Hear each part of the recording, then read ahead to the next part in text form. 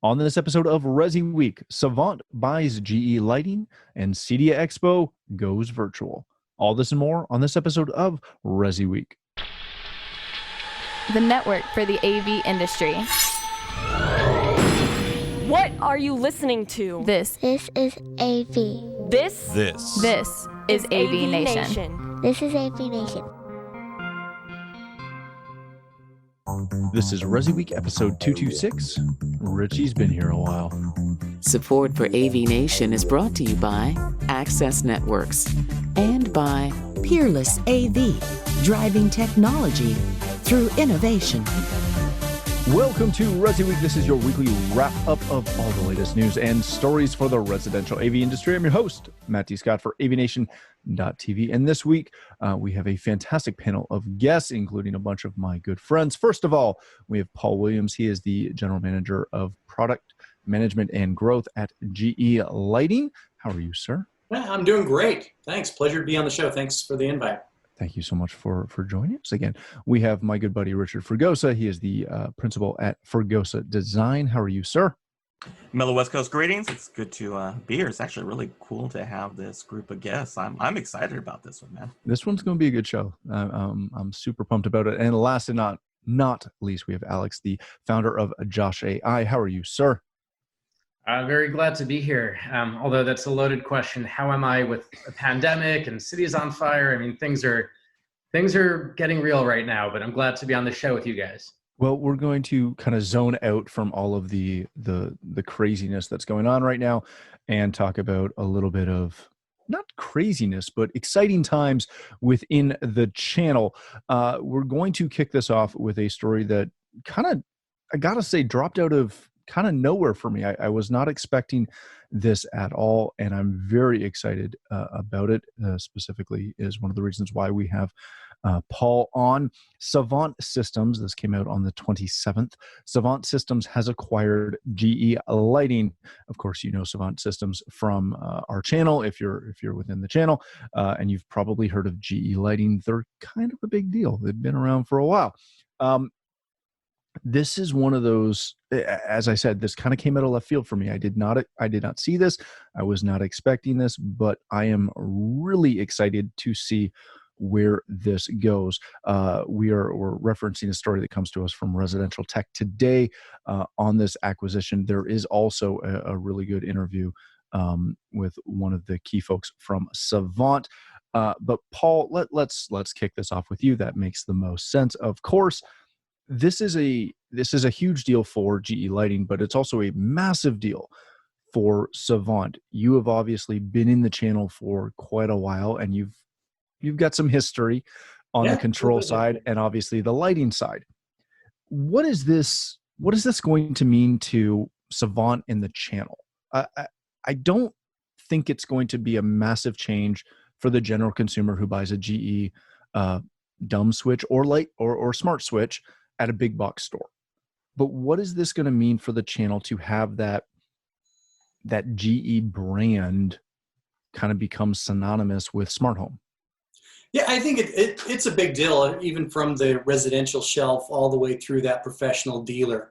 And if we look at let's focus in on the CEDIA professional dealer, CI dealer that's out there. I think there's some big benefits. In fact, there's some big benefits that are going to happen there. One, we're taking this name brand, and it's a name brand that's especially electricians know inside and out. They install GE products on a daily basis, and so having that name on it is another level of trust that they've got. So as you're going into a project, I went through this battle in my previous life. You have an electrician, you hand them the products, and they go, "Well, I don't know anything about this company. I've never even heard of these guys before." And you're constantly battling. Oh yeah, they've been around for a long time. You do that, all that stuff. But GE is a name they're going to know. It's not going to be. You don't have to get over that hurdle. They don't have to get over the trust issue. They understand that brand. And then if you just look at the, so I think there's that part, and that's the name brand. That's part of it. In fact, if I look at the powers of this acquisition, it's really under brand and access that you get. People. We've got fantastic people at GE Lighting. Great tenure with some folks who've been there for a long time. And then there's technology that's part of that. And the technology is not just the electronics and the technology and the software and all those things. It's also our supply chain and our sourcing and our ability and our distribution ability are really going to fine tune that. And that's going to be a big boost to what Savant's doing today to help dealers out, make sure they've got the product when they need it, to make sure that we're lowering costs when we can, to get the most affordable and the best products out on the market. And just really fine tuning that supply chain is going to be a big deal. And that's another thing that we bring to this experience and to this merger is this deep knowledge there. We've got deep roots that go all over the world from a sourcing and manufacturing perspective that we can bring to bear. Very, very good. Uncle Richie, when you see this, the kind of one of the biggest things that Paul hit on a couple of times there is that brand recognition, is that brand awareness. And keep in mind that not only did they acquire or is the intent to acquire the portfolio of products as well as the employees, et cetera, et cetera, et cetera. They're also have a long-term licensing agreement to use the GE brand and the GE Smart Home brand. You're somebody who's been in this business since the dawn of it. You've firsthand encountered exactly what Paul talked about, where you walk in, you're speccing something that has been around forever. The homeowner doesn't know it. The contractor doesn't know it. The electricians don't know it. And instantly their back gets up because it's this newfangled thing. Heck, I've tried to sell Lutron to electricians who look at me as if they have no idea what that brand is. They've never heard of it. What does it mean to our channel to have, like, arguably one of the best known, if not the best known, brand name now synonymous with what we do every day? Honestly, I think it's not one of the first times, but it was a perfect opportunity for our industry to get smart enough to go, you got to go along to get along. And a lot of times when we started out, and again, thank you for politely saying I'm old. I didn't say that. I just said that you were here at the dawn. You were like that was 2 years old. I love the velvet glove approach on that one. It's like, as somebody who's very old. As the senior in the room. I will say, I mean, I'm coming up on 30 years, you know. I mean, I was 20 when I started, and you know, we've always heard the stories that, you know, the running joke is that we all got into this industry because we didn't have day jobs, right? You know, our bands weren't making money, and so we all had to get day jobs and do this. And it was Wild West. I mean, there was no respect for our industry because nobody knew what we did. And so to say 30 years ago that one of our manufacturers was going to pair with GE, General Electric, the house that Edison built, you know, it'd be like, okay, well, now we know why you're also not getting day jobs, because you're smoking your own supply. So one of the big thing about this is that it is an opportunity for manufacturers, both from the general public side and from our industry, to say, you know, we need to focus now on coming together more than ever. The technology shifts are happening to the point that you can be innovative and you can bring out a product that is unique in its market. Josh AI, Alex. And you can also partner with a large manufacturer, an established name, and shed, I can't believe I'm going to say this, shed new light on the market. and really give it the opportunity for other manufacturers to say, hey, we don't necessarily need to go together. We don't need to buck the trend. We can partner. We can merge. For me, it was an example of a good merger in our industry, where it actually created something. And I'm going to say this as well too. I mean, we've got two, I call them friends of the show on, you know, and Alex and Paul. But Paul's phenomenal, and what he did at his prior position, he brings a breadth and depth of the industry that he can also be an ambassador and a champion in this case, where, you know, we have somebody who came up from the trenches in our industry and is now working. You know, it was a great move for Paul, you know, Obviously, the timing couldn't have been better. Everything came together, interestingly enough, which was really cool.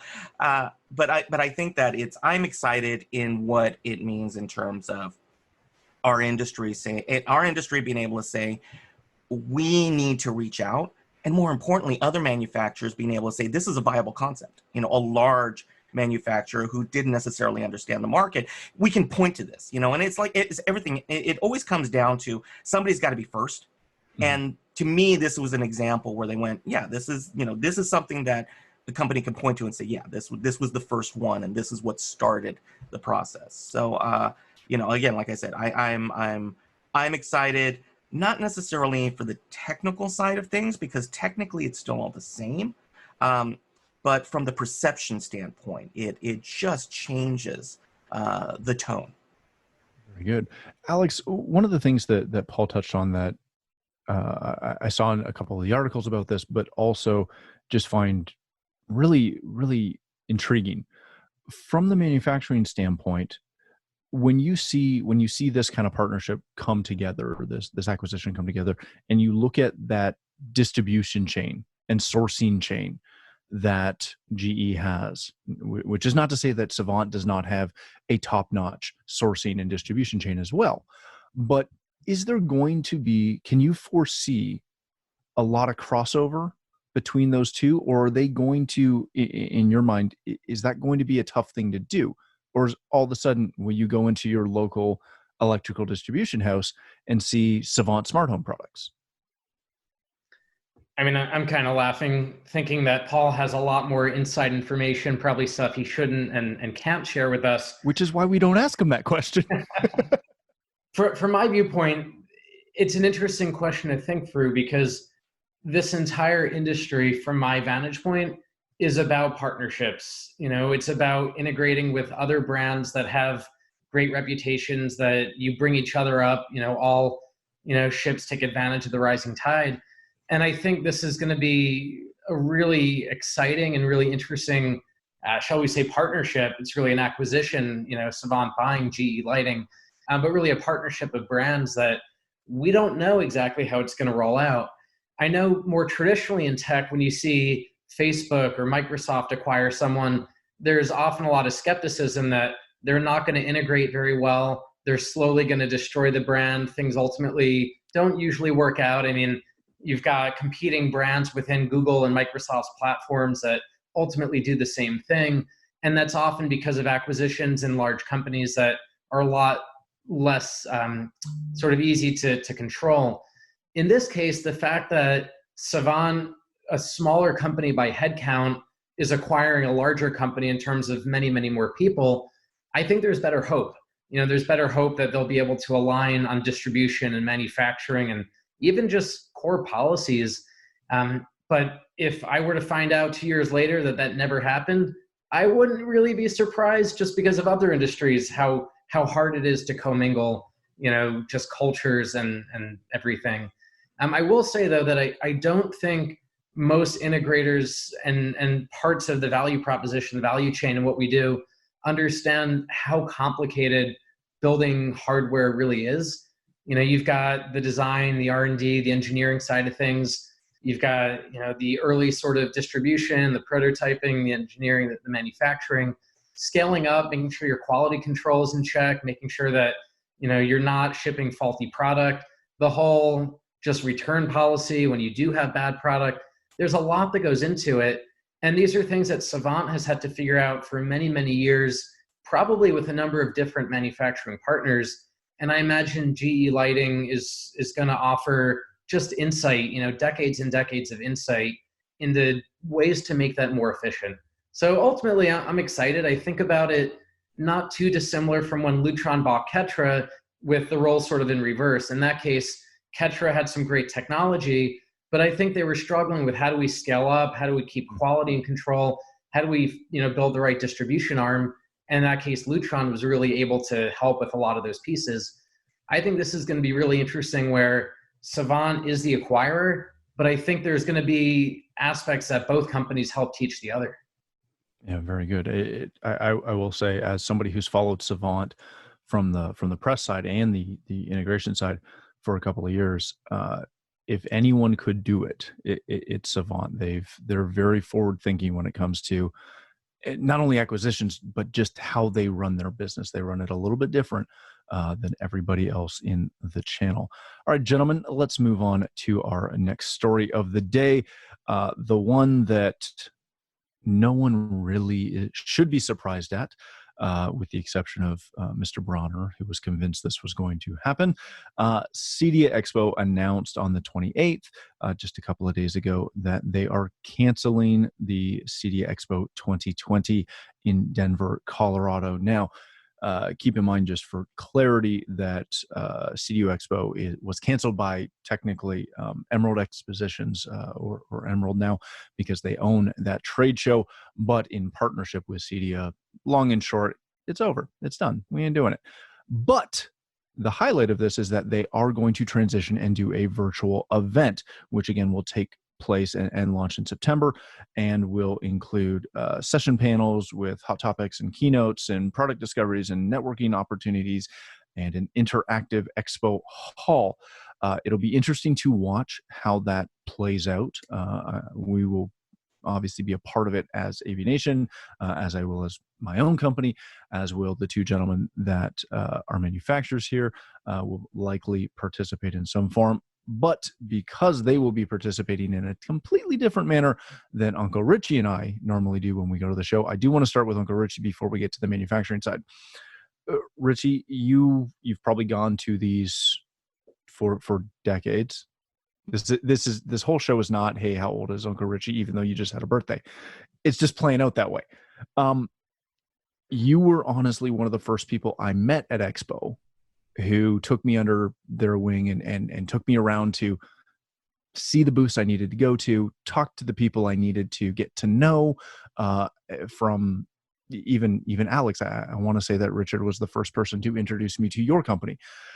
Richie, as somebody who is very involved in Expo, as a volunteer, and as somebody who covers the show floor with us and the AVNation team, what does it mean to you that this is not going to happen in the traditional manner? I've gone back and forth on it. I mean, I first, I think the biggest part is that by finally stating, look, this isn't happening, it is allowing everybody to make the decisions, to not be forced into a difficult decision. I know for me personally, I was constantly weighing, given the current environment, the safety, not of me going, but the repercussions of if I came back and if something happened, or if I did get ill when I was, in a different city. I mean, there were real health concerns, whether founded or unfounded, wherever you sit on this end of the discussion. But there were some issues for me personally about my desires and what I wanted, and my want versus the need for safety. So that first part, by Emerald saying, this is done, and again, that was also partially out of their control. It was the state of Colorado said, we're extending, keeping the space open for overflow, and yes, because I'm old. I'm not in the worst case target demographic, but I'm getting really close up there. But the biggest part, and the part that did hurt, and what caused me to pause and consider it and talk to my family about it if the show went on, because my wife attends with me, and and the future goal was for the family to come as well, because they've grown up in it. Is the ambassadorship, exactly what you're talking about, Matt, a big part of kind of the reach one, teach one that was always brought to me when I started and people took me under their wing, was when you're starting out, it's who to go to, who to talk to. And it's two-part. It's being a manufacturer, an ambassador for a manufacturer, a manufacturer that you care about, and bringing dealers and them together, and at the same time bringing a face of a dealer to a manufacturer that hadn't dealt with them before, and creating those relationships. And CEDIA has always been, for me, about those relationships, about an opportunity the one time in the year where manufacturers will bring the engineers, they'll bring, the design engineers, they'll bring the sales side, they'll bring, customer service even, where you place that face with a name that you may have had 50 conversations with over the course of the year, and personalizing an experience. And there's a lot to be said about being in this together, and dealers coming together. I mean, obviously, after 08, I felt that, the subsequent expos right after the economic meltdown were important, because it was important for dealers to come together. And after some pretty rough years for a lot of these companies, that a lot of them didn't survive, the ones that did survive, to be able to come together and say, okay, how do we work together collectively, and working with manufacturers and kind of fighting out of it. So it's tough. Now, that's not to say that, it just stops. And there are some manufacturers shown that there is a way to move outside of the traditional trade show concept. And I think that it's out of necessity right now. I think we're going to find out, fortunately, there's going to be a couple of major trade shows before CEDIA that are going to give us an idea of what's working and what isn't working. Manufacturers are putting some large-scale webinars on right now where, we have, Restaurant Masters right now has 700 participants, in several of the master's classes. I mean, that's no small group to be able to provide, teaching elements for. So unfortunately, we're kind of building the car as we're driving it down the road, and that's good news and bad news. I think that's when we tend to be our most innovative, when we have no choice, because it's just, you got to get it out somewhere. You got to deal with it, and everything that you've been used to has been thrown out the window. So for me, and I talked about it before we started recording. For me, it's about finding out what the manufacturers want to do, because it poses, again, here we're using the word, the word again, unprecedented. It is an unprecedented situation that is forcing everybody to operate completely differently than they thought they would be operating 6 months ago. Yeah, very much so. All right, Alex, being not only a manufacturer, but also somebody who we've kind of watched develop, right? I remember when I first was introduced to Josh in, I'm trying to think what city it was. I want to say it was Indy. Was it Indy? Dallas 2015 would have been the first time. Okay. So I remember walking into that booth, and, it was a small little thing, and you could tell instantly that you guys were on something, that you had something that was cool, that was going to last. So as somebody who has really grown up within this channel as a company, what does the cancellation of this event mean for you guys? I'm not going to make the assumption that it is your biggest event of the year, but I'm pretty sure it kind of is when it comes to connecting with your dealers. How do you guys flip and operate in a virtual sense? Do you participate in a virtual CEDIA? Do you find other avenues, or do you do all of that combined? How do you wrap your head around this as a manufacturer? Yeah, that's a great set of questions. With us, there are a few things that we're definitely going to miss. Our headquarters are in Denver, and this was the last year it was going to be in Denver. So it was really great last year being local. We had everyone in the company go out, all of our engineers, all of our designers, all of our sales folks.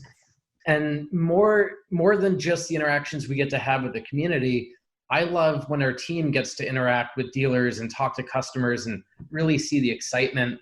And that's going to be missed for sure. And I don't think there's really a great substitute. That being said, we've now had a couple months of really kind of refining this work from home, learn from home kind of model. You guys had a great conference. We've been doing weekly webinars, and the numbers are up. We're seeing lots and lots of engagement, lots of attendance. And so I feel pretty confident that we're still going to have really strong relationships and engagements with our dealers. But I think what we're going to do is look at what CEDIA is doing as part of the way to get involved, but not the only way. We're going to do our own separate launch event. We've got new hardware products, new software products, new integrations. And we've always been really stuck with Josh does not demo as well on a trade show booth floor relative to an actual home.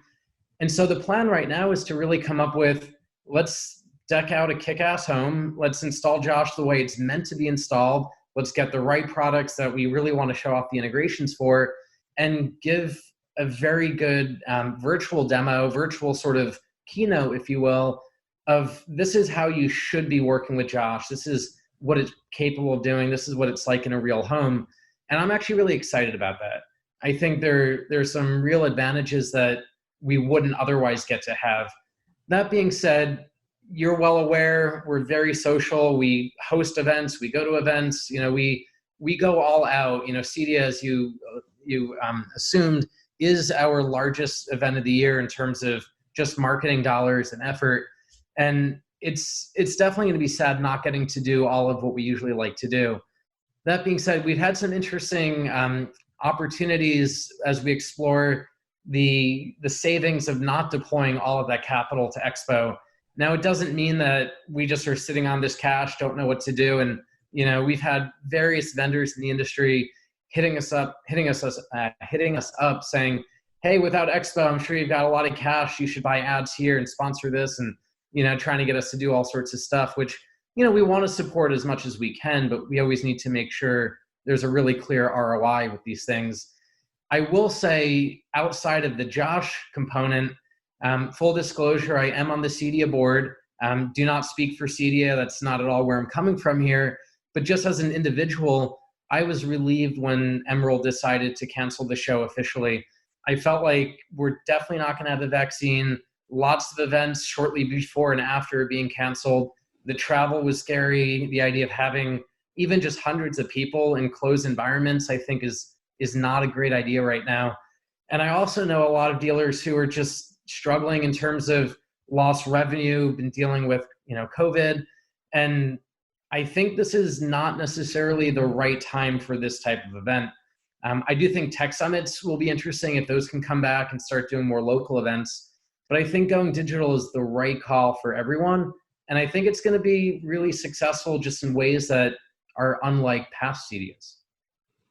Very good. I will say I'm kind of in the same boat from a travel situation.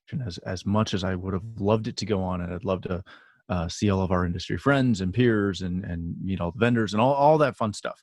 I also had to look at it from the standpoint of whether they have a vaccine or not, whether they host the show or not, until they open the borders and they eliminate this, self-isolation thing when you cross an international border.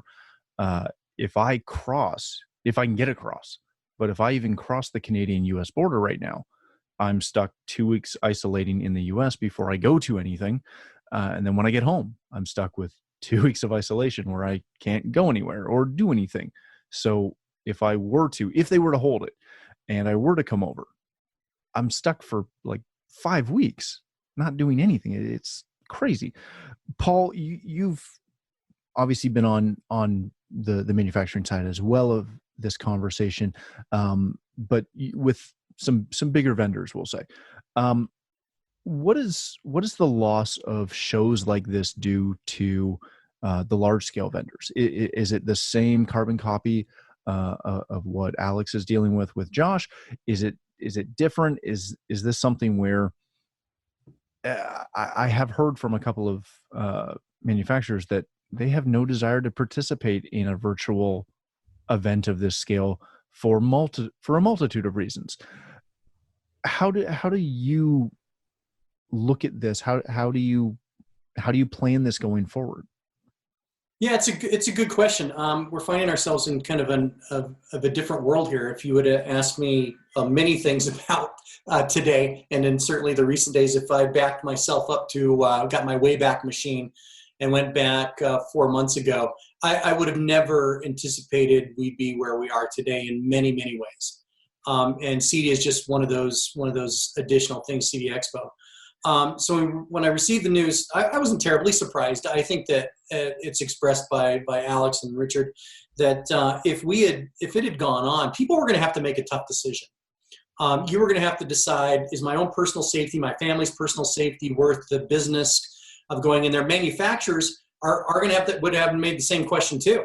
Mm-hmm. Do I force my employees to go to a show where they're uncomfortable, stand on a show floor, maybe bump elbows, but I'm still really close to people that I don't know where they've been. I don't know anything about what their quarantine policy has been, and I'm subjecting myself to this experience. So it was the right call. I don't think there's any doubt that this was the right call. For manufacturers, though, you look at this, and I'm going to take the downside, and I'll go to some of the upsides. The downside, the great things about trade shows, a couple different things. One, you've got a very captive audience. Especially you talk about CEDIA Expo, you're going to get like the who's who of the dealers that are coming to the show, and they're there to learn. They want to know, they want to understand, they want what is the new stuff that you're coming out with, why am I supposed to be engaged with you? If I'm not engaged with you, why should I be engaged with you? And that excitement is around those new products and the new things and features that you show, but it's also, there's a social part of it that's based on just looking at behavior. If you see a packed booth at a trade show, especially CEDIA Expo, you want to go. You want to go figure out what are the people looking at? And if those people are interested, I should be interested in that as well. And so if you can get the draw into your booth at CEDIA Expo, you know you're going to start to get that residual effect that comes along from that. You can almost map that to the number of people you have visit your booth. We used to at a previous company do that same thing. You'd map the number of people you're getting to visit, and you can look at that correlation. Mm-hmm. So it's going to be different now because we don't have that part where I can say, look, my booth is packed full every day. People are coming in. People are excited about this. People are talking about it. It's getting blogged. People are taking Facebook pictures and posting it about all the cool stuff they're seeing. So I'm not going to have that social aspect of it.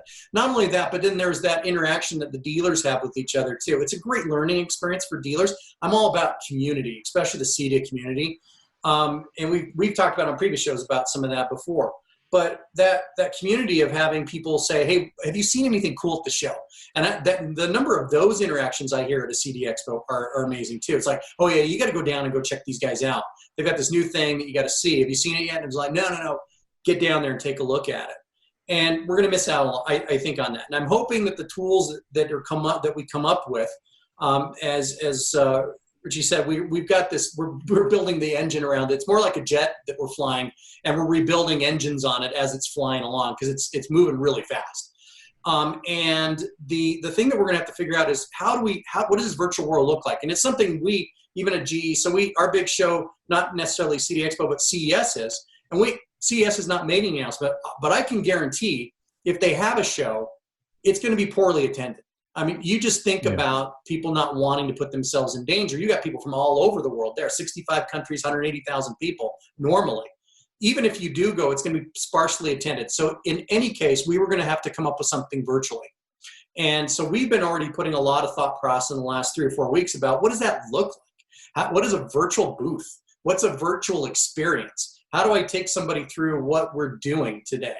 Alex had some great things in there too. I think there's the upside part of this is that there's things that we could potentially show somebody. You're just not going to get on a trade show floor. Mm-hmm. You're not going to be able to show that full experience. I can't show you everything that happens, and I can't show it in a real world environment. We'll mock up rooms, and you'll make it appear that it's like a house, and you'll show the automation across that house, but it's not the same thing. And if we can do that in a way that helps somebody understand what is the real experience of living with our products and with our solutions, I actually think there's a great benefit to that. The social part of it is the part that we're going to be challenged as an organization to try to figure through, which is like, how do we get people excited? And then how do we gauge their excitement? And then 2, how do we make sure that others know that they're excited about it so that we get this kind of herd thing where people want to belong to it or want to understand or at least want to learn about it. So those are the challenges, but I do think that there's going to be some advantages to come out here. But I also think we're also entering into a new norm. I think that at least for the foreseeable future, it'll be interesting to see if we go back to full trade shows. I don't know. Maybe we do, maybe we don't.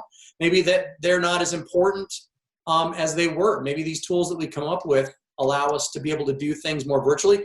And then maybe those things are continual rather than having to have that in September we do CEDIA, in January we do CES.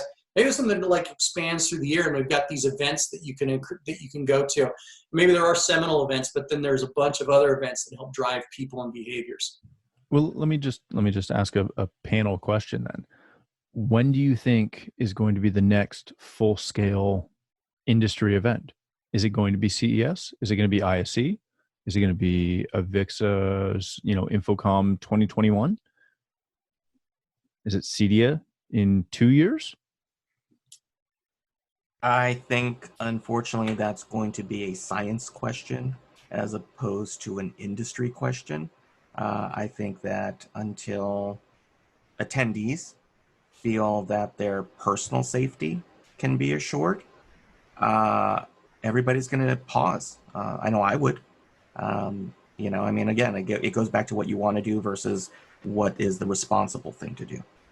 And trade shows, just by nature, is a bunch of people in an enclosed space. So you're taking all of the don'ts right now that we're being told, and we're just throwing them all together in a giant pot. And so, I think that they're like Paul just said it. I think the new normal is going to dictate when that happens. I personally don't know when that'll be.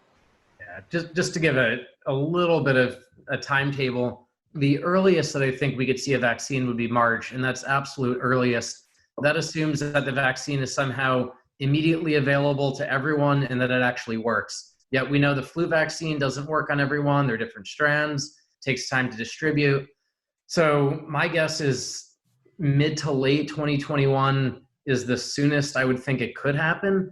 And that might even be stretching it depending on if we even come up with a quality vaccine that works. Yeah, that's a good point. That seems about right from the amount of time. All right, gentlemen. In this new world.